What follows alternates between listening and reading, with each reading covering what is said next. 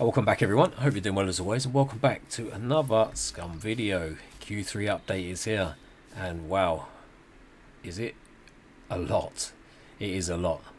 So we're going to go over everything, going to touch on the base building stuff first, and then we're going to work into the encounter system, and I'm going to try and explain that best I can. So do wait for that one, because that should give you a good insight and an understanding on the maths a little bit on that. Right, as you can see, look at that. The outside, the sprayer is crazy. I'm going to touch on that first. So here we go. Once you have crafted this, what you'll do, you go to items, tools and miscellaneous. There we are, and it's right there. And to craft this, you'll need metal scrap, bolts, toolbox, and at last a use for the hose, which is good. Wooden planks and some wire. Now this thing munches through paint like you wouldn't believe, and I'm sure these are quest items and not for sale in the traders. They're not on my server, or sometimes they appear, so if you do see them for sale, buy them up if you got the cash, because they yeah, this thing eats them up.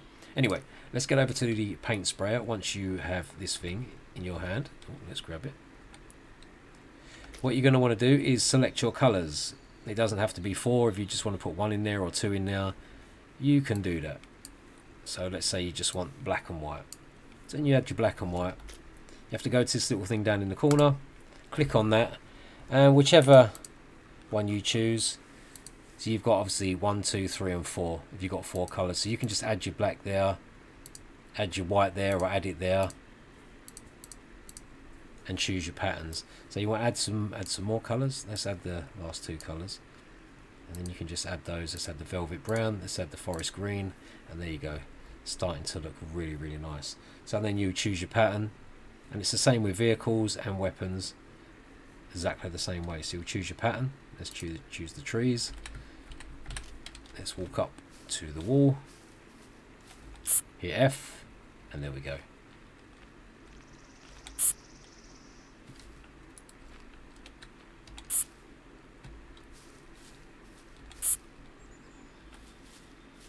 Looks really, really good. Really vibrant, but yeah, really, really neat. Really, really neat. Love this paint sprayer. What a nice touch. Right, let's get on to some of the other elements that have come in. Okay, so we've changed the time to midnight just to give you a little look at these lights that you can stick on, these improvised wall lights. Gives a really, really nice warm feeling. Let's go into the crafting menu, because don't forget you've got 2 sets. You've got the ones for the DLC, the posh ones, and then you've got the normal ones. So there you go, we've got the DLC lights there, the wall mounted premium electric lamps, and we've got the premium electric lamps that hang from the ceiling. If we scroll up, you've got the improvised electric lamp here, and you've got the wall mounted improvised electric lamps. So one for the ceiling, one for the wall, which is these right here, right in front. And we've got the gas lamp, 2 gas lamps, we've got a ceiling one, and we've got a wall mounted gas lamp. And to craft these, you'll need to find one of those, metal scrap, and some electrician's tools. And the gas one, there you go, some gas, crowbar, and some alcohol by the looks of that, or any sort of bottle. Right, so let's go inside and check out the ones on the ceiling and the walls. There you go, they're the improvised gas lamps. They're quite dull, but the ones that you hang on the ceiling, these give off a nice little sort of warm vibe. And there you go, we've got a couple of downlights in here. We've got the shelving units, the large shelf, the small shelf. These you can stack up your chests on. If you're going to craft your chest in your base, once you select the blueprint, there you go, it automatically locks into place, and then you can drop blueprints there and just add your materials as you go. But they're great. Really, really takes up to the next level your base building and things like that. This is the kitchen unit. I can only have 1 oven in. I don't know if there's a setting that lets me have 2. This is the stuff you can craft. There we go. So you've got the shelving unit there, standing shelf, toolbox planks, and some bolts.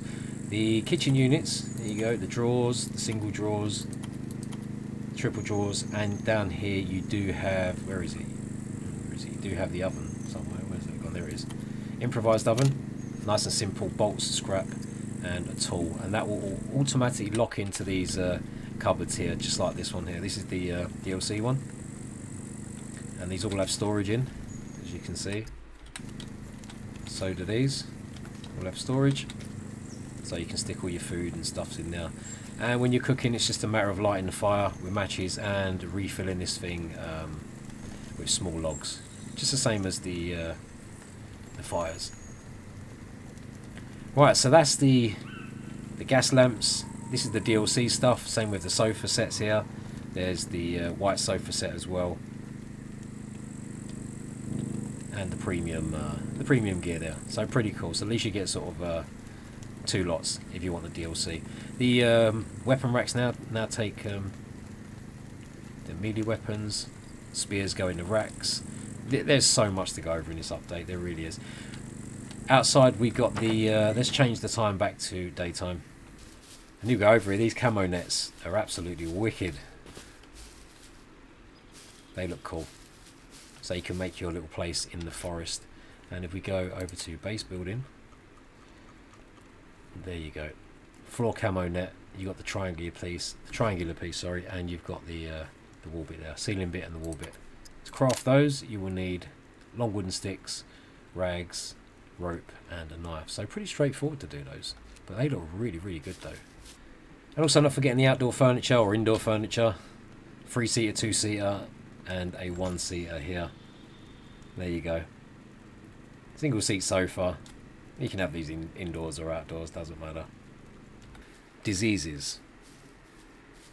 Definitely been looking forward to some more ailments to hinder us along our journeys.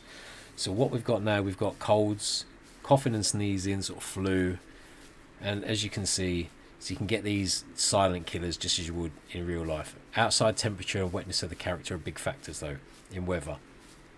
So if you get a cold, you're going to be okay, you're not going to die, but it could get worse if you're in severer conditions. So you've got to keep away from infected players because you can pass this on. And it says, how do we combat these? Well, the biggest worry against common cold is your immune system. So apart from the vitamins, you'll have to make sure your food is good intake, and good old rest, it says. No more running naked in the snow without consequences. I think that's aimed at Red Rum.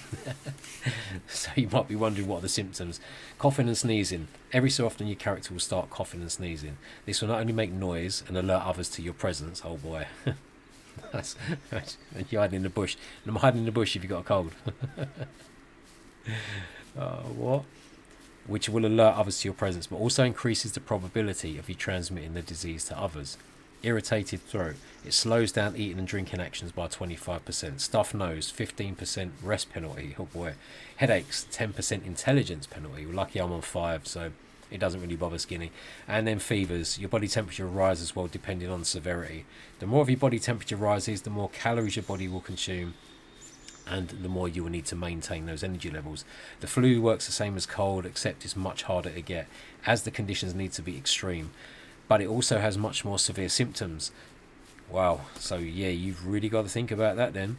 It's also important to note that what you have is what you will spread. So if you have the flu, you will spread the flu. That's great, I like that. Also guys, the NPCs have finally had an upgrade. They will now, when they get hit damage, they will limp, rendering them sort of combat ineffective. So more like us when we're sort of hobbling about, so it'll give us more of a chance. Armour rework, bullet penetration is back. Depending on where you get hit, if you get hit from the side where you've got no armour coverage, then yeah, everything's been worked on. You know, thickness of material, calibre of bullet, everything. That is a lot, and that's absolutely nuts. So all that stuff's going to completely change the way we play now. And we've also got brand new ways to hand in quests, so making it less tedious, as they say. First up, there are new boxes you can find at quest givers. So you can specify which items you want to give to complete the quest, but not only at the zones, you can turn it in. There's mailboxes around the maps as well. And there you can see they are the locations of all the mailboxes where you can hand in quest items if you're out and about, and to save you going to any sort of specific traders, which is really cool. Right, now finally on to the meat and potatoes, which has got to be the encounter system, right? Okay, as you can see on screen, there it is. Everything has been changed. The distances, there's a lot more settings you can tweak with, but do be careful, because if you go overboard, you'll wreck your server 100%. You can see the top one, SCUM encounter character spawn distance minimum override. This setting is expressed in meters. It determines the minimal character spawn distance from players. This applies to all low threat zone encounters. Now, below that you got spawn distance max override. This setting is expressed in meters. It's all in meters, but what got a bit confusing was just the 1.0. That is its own setting. So if you wanted to put it on 200 or 300, which would equate to 300 meters, 1.0, that setting there is its own setting. That's vanilla setting. That's nothing to do with if you want it at 100 and 200 meters. I think that will specify, from what I was told, that would equate to 20 or 50 meters. That particular setting there. It's very confusing when you sort of look down and it's all set on that, because it doesn't specify what a base distance is on anything. So all those that say 1.0 actually have got different meanings within them themselves. So yeah, just do be careful what you're tweaking and what you're playing about with, because it's easy to really push your server over the edge, and you probably won't have a good time. I think this one you really need to sort of understand the maths on it and have a little play around. But obviously if you've got a server and lots of players on, you've got to be careful, because you don't want to just, you know, alienate people, piss people off and make it overwhelming or make it underwhelming. So it's one of those you're going to need to sort of get on the ball, get your head around, and try and lock that one in, because that's going to be really important. But do remember, this is only the, like they say down there, it's only the first pass, only the first sort of edition of the changes. It's complicated. I've always said, and this is the one that I've always said that's kept me on the fence, is the encounter system. So we're just going to have to play this and see how it goes. It doesn't matter how much testing you do. It's when it goes live, and it's when players are all doing different things and on at different times and different vicinities or different places. This is when you can get a mishmash of stuff. So I'm going to be back in and back on the server and trying to figure this one out and determine which is the best settings I can find for my server. It's going to be different everywhere you go. I'm hardcore. I like things tough, low loot. So I'm going to set this as best I can find it for here. But yeah, that's the encounter system, which I hope now really sort of gets it down for us, where it's just not too overwhelmingly silly, you know, with puppets dropping on top of you. But this is what it's meant to sort of stop. But it's all going to depend on what you do in the settings, because if you do something dumb and it's not working out right for you because you haven't tweaked it right, and then you go complaining, you know, it's not really gonna look good. So there's always plenty of help out there. If you need it, just ask. Alright guys, I think that's just about covered it. Plenty of quality of life additions and some server settings gone over, but that's basically the meat and potatoes of it. I might have missed a couple of things, but I need to get into game now and try and work out these encounter system settings to make the server run really good. And then if anyone needs any help, just give me a shout. I'm more than welcome. Alright folks, take care, stay safe out there, and I'll see you next one. Ta-da for now.